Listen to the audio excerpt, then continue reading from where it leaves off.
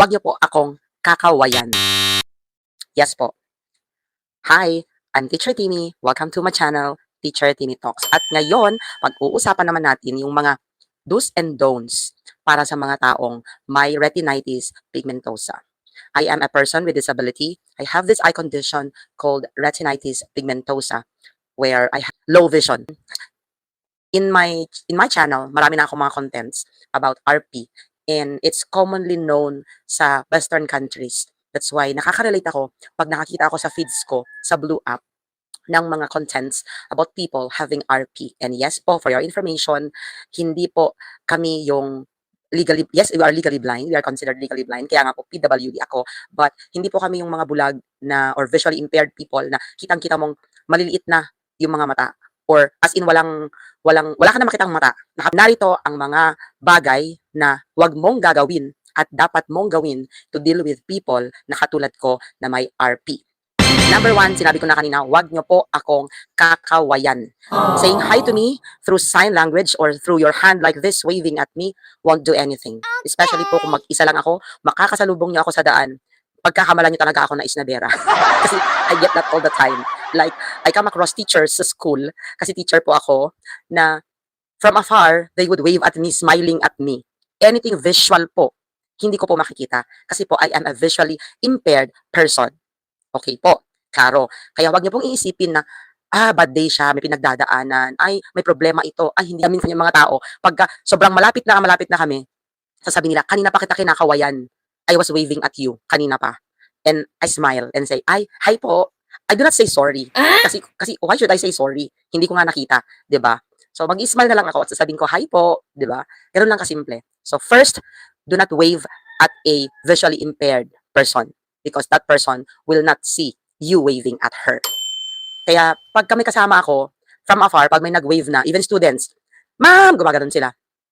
Buti kayo iba, meron pang sound eh. May ma'am pa, so napapalingon talaga ako. So mag-smile na lang ako, pero I won't recognize you. Pero pag may kasama ako, kakalabitin ako nung kasama ko at sasabihin, ikaw yata ang kinakawayan nun. Then ituturo niya. Then kakaway din ako pabalik. Ganon. Pero pag mag-isa po ako, wag nyo po akong kakawayan kasi hindi ko po kayo makikita. At hindi po ako nagsusungit nung araw na yon, hindi ko lang talaga kayo nakikita. Number two, pagkakamayan nyo po ako, handshake. Mas maganda pong sabihin nyo rin na iha-handshake nyo ako. Kasi baka magulat ako may tumutusok na sa harapan ko, 'di ba? Na kamay. Kasi I also get that all the time because ako po ay member ng Eagles Club. Okay? And part po ng tradisyon at pagiging isang agila ang handshake. Meron po kami tinatawag na Eagles handshake. And when we do the handshake, pag magkakasalubong ka kahit sinong ate, kahit sinong kuya, magkakamay kayo. So ako, since alam ko na yon, when we come across, kasi usually kasama ko naman si Kuya Franz, yung asawa ko. Naka-ready na yung kamay ko, naka-ready na yung right hand ko, nakaganon na talaga siya kaagad. Bakit? Kasi I understand na hindi lahat ng kuya at ate alam yung sitwasyon ko at condition ko. So ako na ang nag-a-adjust. Pero baka pwede, pag napanood nyo tong video ko, i-upload ko dito sa Blue app ko, baka pwede mga ate at kuya, pagkakamayan nyo ako, bago pa man kayo makalapit ng todo sa akin, ate, ganun lang. Para alam ko na ako ang sinasabihan nyo, o kaya ate Timmy, ganun. Then, ha-handshake tayo. Tapos meron pa yung pagkakataon, ilang ulit na yung nakamayan ko na si kuya, nakamayan ko na si ate. Tapos mamaya, labo-labo, usap-usap. Then, may mga dumating na mga bagong ate at kuya. Ang tendency sa akin, kakamayan ko na naman sila lahat, pati yung mga, yung mga dati ko nang nakamayan. Bakit? Kasi nga hindi ko nga nakikita. Facial recognition is difficult sa isang taong may retinitis pigmentosa. That's why, meron pa yun sa school, yung kahit na mismong best friends ko, pag may nakasalubong ako, automatic na sa akin yung, good morning ma'am, good morning sir, kasi nga, baka mamaya maka-offend na naman ako, di ba? May na-offend na naman ako, hindi ko na naman nabati. So, ako na naman na masama. So, ako na nag-a-adjust, binabati ko. Ang problema doon, nabati ko na kanina, kasi nakasalubong ko na sa bandiklak. Then, pag ikot niya, naglalakad siya. Ganun, good morning ma'am, ganun. Mamaya-maya mo, nasa flagpole na ako, umikot ulit siya. Hindi ko na naman siya na-recognize, nag-good morning na naman ako. So, sila minsan nagtatawanan ako, uy, good morning again, ulit. Ganun sila. Tapos ako, yung voice recognition, yes, matindi po ang sensitivity ng audio sa amin. So, it would help. Please do this. When you greet me, when you talk to me, address me, call my name, tell my name, or at least say something when you're approaching me. Like, hello Timmy, or good morning Timmy, ganun. Para alam ko na ako ang kausap nyo. Ganun po. Kasi ako, pag na-recognize ko na yung voice, like, hi ate, ganun yung mga, dalawa kasi yung ate ko, na co-teacher ko na best friends ko din. So, pagpasok nila ng office namin, pag ibang teachers, good morning, ganun sila. Bumabati lang ako, good morning, ganun. Kasi hindi ko alam kung sino yung pumasok. Kasi po, range of 2 meters and beyond. after 2 meters, above 2 meters, hindi ko na po makikita or mare-recognize yung face nyo. So kung walang audio, hindi ko na alam kung sino. Kaya minsan pa, may magtatanong na bata, pupunta ng center, mama, dito na po si ma'am ganito. Eh, may isang ma'am na pumasok. So akala ko yun na yun. Ay, oo, pumasok na. Yung pala absent. Yung teacher nila. Sa akin tuloy hinahanap ng ibang teacher. Ay, pumasok pala siya. Nakita mo? And I'm like, hindi, may nakita akong pumasok pero hindi ko nakita kung siya yun. Kasi nga po, visually impaired. Paulit-ulit tayo. Ayan. So, yun po, pagkakamayan nyo po ako, i-address nyo sa akin. Like, ate, pag ate o kuya kayo. Tapos, kung hindi naman, minsan nga si husband ko, kasama ko yan. Kasi most of the time naman na lumalabas ako, may kasama po ako. Parang sila yung guide dog. Charis. Sa Amerika kasi uso yung guide dog. How I wish may guide dog din ako. Para, o kaya cane, di ba? May cane talaga ako literal. Para, pag sakaling matigas ang ulo mo, papokpok ko sa yung cane. Joke lang. So, gusto ko din ng cane kasi ang hirap din. Yun yung pangatlo kong sasabihin. So, wag niyo po akong, pagkakamayan niyo po ako, i-address niyo po ako. Ate, ganun, o kaya Timmy, ganun, o kaya ma'am, ganun. Para po alam ko na mag-shake hands. Si husband ko sinasabihan niya ako, oh, nakaready na yung kamay ni kuya, nakaready na yung kamay ni ate. Oh, i-shake mo, i-shake hand mo. Parang bata lang, no? Pero ganun po talaga. Kasi po, visually impaired ang person. Then, pangatlo, yung sinasabi ko kanina, na gusto ko magkaroon ng cane. Alam niyo kasi sa ibang bansa, even Japan, they have that, yung corrugated line sa daan na yellow ang paint, that's intended for the PWDs who are visually impaired so that they can touch those corrugated lines with the cane para po alam nila na susundan nila yon para po safe silang maglakad sa mga daan, sa mga sidewalks.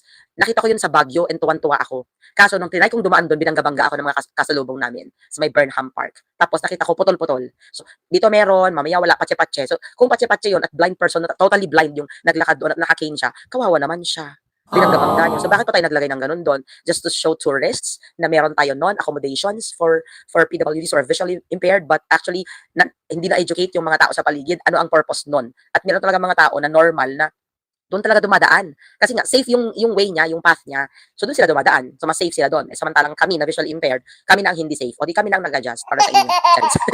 So yun po, kailangan ko ng cane or guide kasi whenever I walk, like, this building sa school, binigay sa akin yung pinakamalayo, isa sa pinakamalayong buildings. Just imagine, nandun ako sa office namin is sa may malapit sa main gate ng school.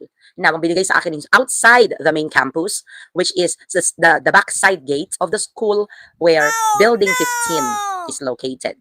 Where malapit na siya sa sports complex. Sa may Acacia, ganyan. Sa may mga pestohan, sa may complex, doon ang room ko. And sad to say, it takes time to move from one building to another. From our office, you come across students who are rushing, especially pag recess. At ang binigay sa akin na timings ay before and after recess. Thank you so much sa time na yan. But anyway, na-survive ko kasi natapos ko ang isang taon. Actually, mas nag-struggle pa ako sa paglalakad going to my class than the actual teaching. And that's the reality. Di ba nakakaloka? Kaya sana sa mga school administration who are creating who are creating our teaching loads for the next academic year, please naman ma'am at sir, bago naman ang head namin, bago naman ang principal namin, baka po gusto niyo naman akong bigyan ngayon ng mas malapit naman na building. Kasi po ang malapit po na building sa center namin, sa office namin ay building 6. Pwede pong building 6, pwede pong 7, okay pa yung kaso taas pataas. Kasi ang sinasabi ko, yung guide ko, yung cane sana, is para nga sa paglakad. Kasi po, ganito ang nakikita ng person with who are visually impaired, na may RP.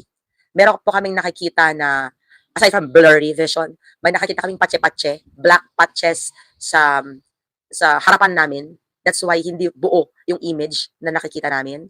So, ang nangyayari, yung close range, dapat malapitan bago mo siya ma-recognize yung object. Tapos, yung peripherals ng mata mo, like both sides, pawala siya. Kasi nga para siyang picture tube ng TV na pag ganun siya, yung nakikita mo, tunnel vision ang tawag doon. So limited lang po yung nakikita ko. And kapag I come across students sa side ko, both sides, na rushing, going to the canteen, dadaan sa harapan ko, hindi ko po agad makikita yon. So nababangga ako all the time.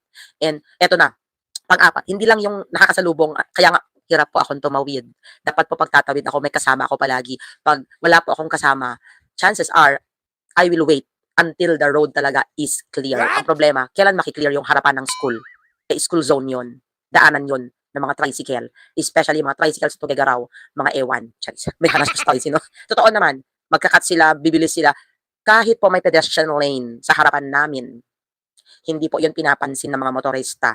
Kaya nga, ngayon, at least recently, may mga naka-deploy doon ng mga OJTs ng isang university, ng mga criminology students who are minding yung traffic. So, pinapa-stop nila. And then, ako, meron noon yung police na nag-duty doon. Hindi ko makalimutan yan. Na, medyo matagal-tagal din siyang nag-duty, mga few weeks din.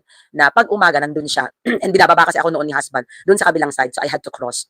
And pag nakita na niya ako, kasi nung una, natatawid ako, napatawid na niya lahat yung mga bata.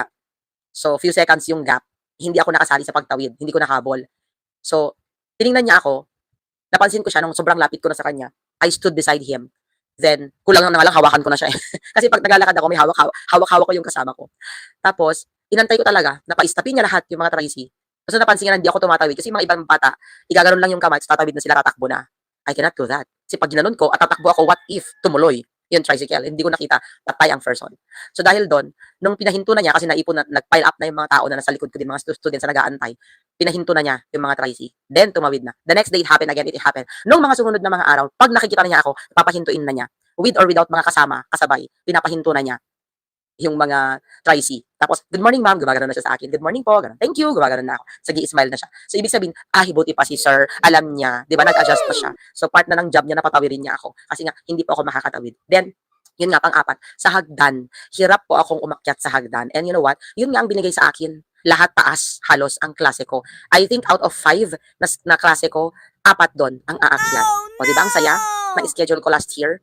All the struggles binigay sa akin. Pero thank you so much to our OIC before na binigay niya sa akin ng mga ganung load. At least na-meet ko yung mga students ko. Yun na lang yung blessing in disguise na na-meet ko itong mga batang to sa SPS, ganyan. Pero sana this time, hindi na ako bigyan ng building 15, sana building 6. Ganun. Okay lang po sa akin pag iakyat niyo ako sa grade 9 and 10 para masundan ko yung mga dating students ko sa building 6. Okay lang po. Yan. Anyway, inaabangan nila ako, Charis.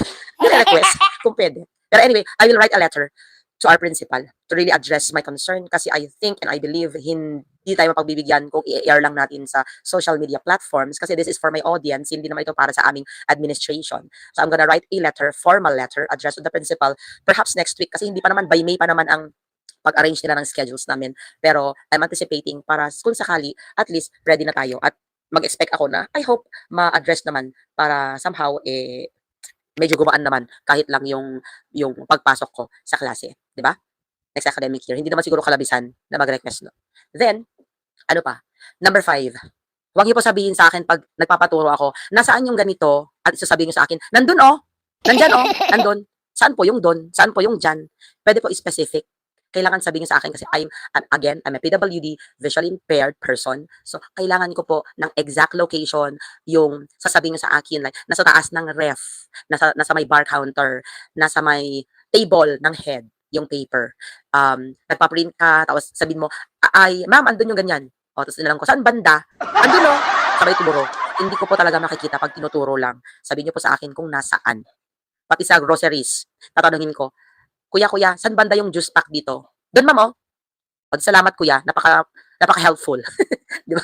Napaka-helpful nung ano mo, nung pagtuturo mo ng don. Saan po don? Ang worst diyan, yung Filipino style na minuso, ginamit yung nguso, ganun. Ano yun? Kahalik. Kikis ka, kuya. So, hindi po, it's not helping at all. It's not helping at all. When, pag nagpapaturo yung mga may RP sa inyo, ng locations or directions, ingunguso nyo, ituturo nyo, at sasabihin nyo lang po, don, or dito, or dyan. Hindi po siya nakakatulong. Then, ano pa? Number 6, kasi number 5 na yun, no? Yung dun tsaka dyan. Number 6, pag tinatawag nyo ako, wag lang pong sign, like you're pointing, hindi lang yung waving, yung you come, ganun, na kinakawayan ako ng ganun, na papunta palapit sa'yo, na may gusto kang sabihin, or something, even to my students, sa klase, yung may gustong isumbong, yung bata, isenyas niya na gumagamit ng cellphone yung katabi niya, kunwari, hindi niya pwede sabihin na, ma'am, ganun, pero, alam mo, discreetly, hindi ko alam kung paano mo gawin. Lapitan mo siguro ako, kalabitin mo ako, ituturo mo siya, ganun, or isama mo na ako sa'yo. Kasi sign language won't work at all. Kasi yun din isang problema ko. Kailangan po auditory. Auditory, we are visually impaired, but we are sensitive sa audio. So when you say something, I can hear you, I'm only blind, I'm not deaf. I repeat, when you say something, do not scream at me. I am blind, I am not deaf. Kasi I also get that all the time. It's like when people talk to me, like those who know, colleagues, for example, ang lakas ng boses, bakit hindi ako bingi, bulag ako. Nakakaloka. Ang lakas ng boses, parang, alam niyo ba, doble po ang sensitivity ng pandinig namin ng mga visual impaired. Kasi nga po, since yun na yung nawala sa amin, the loss of sight, di ba? Nagiging sensitive na po yung ibang mga senses namin. And yun ang problema. Kasi meron akong co-teacher na deaf. So pag magkasama kaming dalawa, si Bulag at Pipi, kulang na lang sa amin, ay, Bulag at Bingi, kulang na lang sa amin Pipi. Di ba? Tatlo, kompleto, ganon. So, shout out, special mention, si Sir Doms, alam naman niya yan, may PWD card din siya. So kaming dalawa, magkasundo kami. So pag umaga, super aga, yan ang pinakamaaga sa amin. Dinag-sign na yan. Siya na yung kukuha ng susi. Open na niya yung office namin. Tapos, ako naman, papasok ako. Pagka minsan, binababa ako ni husband sa main gate, didiretso muna ako ng office, ibababa ko muna yung bag ko bago ako magsasign. So pag nakita ko na siya doon, na nandun na, kasi dadaanan ko yung chair niya, yung table niya, halos magkatabi lang kami, magkabila ang table. Hi Fred, good morning. Good morning. Siya, PWD kasi nga, deaf. Sisigawan mo siya, friend, good morning! Tapos titingin siya sa akin, hello, good morning. O, nag-time in ka na o hindi pa, halika na, samahan na kita. That's number 7. Kailangan ko po lagi ng kasama, especially kung may any written task na gagawin. So yun, pag mag-time in kami, aside from the biometrics, okay na sana yung biometrics kasi nga, nagpindot ka lang. Ang problema ko, may logbook pa. So sa logbook, kailangan mong i-sign in yung name mo, yung time in mo, then magsasign ka, time out mo na time, tapos magsasign ka, then time in mo ulit at time out sa hapon, magsasign ka. So, ang problema ko, noon, last year, ang liliit nung line, nung na-print. Pero may CCTV na nakakonect doon sa logbook namin. Tapos, nakakita yon ng office. And siguro napansin nila na pag ako ang nandun, naka-flashlight talaga ako. Tapos, magsasign ako. Pag ako ang nauna, hindi problema. Kasi lumampas man yung linya ko ng sulat ko, pataas pa baba, mag-a-adjust na lang yung taong susunod sa akin. Kasi ako ang nauna doon. Or pangalawa, okay lang. Pero kung sobrang dami na ang nakasulat doon, mamumblema na ako kung saan ako magsusulat. So, most of the time, pag pang-5, pang-6, pang-7 na ako na pumasok, taas baba yung pirma ko, I get it like, pagpasok nung susunod sa akin, Ma'am Tini, pinatungan mo yung pangalan ni Sir or ni Ma'am ganito. Ay, sorry naman. Buti na lang, lahat sila sa center, yung kapareho kong mga department, alam nila. Kasi kung hindi, mapapaaway ako araw-araw. Kasi nga, pag wala akong kasama na nag-sign sa bandi, tataas o bababa yung pirma ko, bahala ka sa buhay niyo, papatungan ko yung pirma ng iba, gano'n. Minsan yung pirma ko nasa baba, doon dapat pipirma yung susunod, minsan nasa taas, gano'n. Basta, kahit yung pangalan nila, pag very light ang pagkakasulat nung pen na ginamit nila, papatungan ko yon. So ako na ang naka-time in doon, hindi na sila. So minsan, hindi naman may a-absent kasi alam naman nila. So mag-a-adjust sila. Ipo-point na lang nila ng arrow dun sa baba. Buti na lang naiintindihan nila ako. Paano kung sa ibang lugar at nag-logbook, tapos napatungan ko yung pangalan, 'di ba? Imagine that. Yung mga ibang professionals pa naman, lalo pag medyo thunders na, 'di ba, sensitive yung mga yan. Mapapaaway talaga ako nang wala sa oras. And number 8, I go to a priority lane all the time. So even when we go to the fast food, to the malls, to the groceries, at yes, muntik ako mapaaway sa supermarket one time, last week or the other, yeah, basta last month, ganyan, because, no, this month lang, first week, nung nag-brown out sa supermarket, because pumila ako, then doon kasi number 4, counter 4, sa Robinson's supermarket, ang pila, tapos, yung manager doon kasi, sabi niya, ma'am, free po yung counter 8. Tinanong ko naman, allowed ba doon ang PWD? And she said, yes. Okay lang po, ma'am. Naka-smile pa siya. So, lipat ako. Ang ate mo, bibili ng 2 bote ng Coke. Pumunta sa likod ko. Haba, naghahana. Siya, paparinig talaga siya na, ang bagal! Ganun siya. Nagpigil talaga ako kasi I don't have to explain myself all the time. Like, ate, PWD ako. Patience. Kasi kung wala kang pasensya na pumila sa likod ng isang PWD, lumipat ka ng counter. Okay? Kasi pinalipat ako It's not like ako ang pumili ng counter na yun. Kasi alam ko naman na ang intended na counter sa PWDs, meron po nakalagay na sign doon na this lane is only, ina-announce nga yan kapag nagpa-pile up yung PWD line, ina-announce na yan ng supermarket, sasabihin, reminder to everyone that counter 4 is only exclusive for PWDs, visibly pregnant, and senior citizens. Ganyan. So, lahat ng mga regular customers, pumila sa ibang pila. Why? It takes time for us to move. Like, yung mobility namin, senior citizens, PWDs, and visibly pregnant. Yun po. So, konting pasensya. Ito kasi ang problema sa atin. Yung mga tao sa paligid, they will not recognize me as a PWD, as a visually impaired person. Because I look normal. Okay? That's why I wear glasses. Not naman every time, pero I wear glasses para lang i-emphasize na, hello, hindi ko nakikita, may eyeglass ako. Pero kahit kasi eyeglasses, hindi nila nare-recognize na iba yung condition mo. Alam naman, magdikit ako sa noo ko na may retinitis pigmentosa ako, tumabi kayo. Nakakaloka. Tapos, meron pa yung, ilang ulit ako na munting mapaaway sa priority line na yan, yung fast food. Merong isang regular na customer. Pumila na ako doon. Mga 2 sila in front of me. So, sabi nung nandun sa counter, ma'am, pila po ito ng mga priority lane po ito para po sa PWD ito, tapos sa senior citizen. Tumingin silang 2 sa akin, sabay sabi, bakit siya? Like, do I really need minsan nga feeling ko yung mag-ano ako, yung parang mag-act ako na nakapikit na ako, gano'n para lang ma-emphasize na, "Hello, PWD ako," gano'n. Kasi they look at me, ilang ulit na, kahit nakalabas na yung card ko, nakalabas na yung card ko, ipapakita ko na kahit mismo yung nasa counter, babasahin mo na niya kasi, "Ma'am, kuha po kayo ng ticket," 'di ba sa mga fast food, "Ma'am, punch po muna kayo do'n ng order niyo," or, "Ma'am, asan po yung ticket niyo ng order?" Tapos ayaw ko i-accommodate kasi hindi ko pa nilalabas yung ID ko. Sinabi ko muna, "PWD ako." Hindi yata na-gets ni ate mo at ang sabi niya, "Ma'am, okay po, kuha po kayo ng ticket ng order niyo bago po ko po kayo i-accommodate." Eh, may isang impatient na nasa likod ko. "Puwede ako muna?" Sabi niya. Gusto niya akong i-ano, i-elbow, iligwak dun sa linya. Nilabas ko yung card ko. Pinakita ko ng maayos dun sa counter. "Ayan po, oh, PWD." Hindi ko makikita yung mag-o-order. Oh, kailangan ko ba talagang magsungit para lang ma-emphasize na, "Hello, pagsilbihan niyo ako, hindi ko kayang gawin yung ticket-ticket na yan kasi visually impaired ako." Minsan I lose patience, minsan naiirita, I'm annoyed, I'm irritated, and siguro that's part of it. Kasi yung society natin, 'di ba, yung alam mo, yung judgmental, yung yung kung ano yung nakikita nila sa'yo at first at a glance, eh, yun na yung hindi naman siya mukhang PWD. Ano ba sa inyo ang PWD? Pilay? Kailangan pilay? Walang kamay, walang paa, gano'n, 'di ba? So, kailangan talaga may physical deformation. So, yun ang ano ko. And, you know, it's really difficult, especially when I teach. People would ask me, "So, paano ka nag-check ng notebook?" Pinapabasa ko po sa kanila. 'Pag may pinapagawa po akong activity, 'di ba nakakatulong pa ngayon sa reading comprehension? Dahil may functional literacy problem ang mga Filipinos, sa mga students. So, nakakatulong po ako actually. Kasi as a person with visual impairment, na teacher at the same time, whenever I tell my students to write something on the board, on their notebook, on a paper, I tell them to read it para maintindihan ko kung ano yung sagot nila, 'di ba? Gano'n po. So, nakakatulong pa ako sa reading nila, charis. At nalalaman ko sino yung mga estudyante ko na hindi marunong magbasa masyado. So, 'yun. Ano pa ba? Siguro magpa-part 2 ako kasi ang haba-haba na naman ng video ko at ang daming comments. I'm so sorry I cannot read the comments, pero 'yun lang gusto kong sabihin. Do's and don'ts para sa mga taong may retinitis pigmentosa because I am a person with retinitis pigmentosa, low vision, visually impaired, PWD, and I'm a teacher. So this is Teacher Timmy saying, happiness is a choice. So this is Monday. Today is Monday. Choose to be happy. Be happy the whole week, everyone. God bless. Bye. Peace out.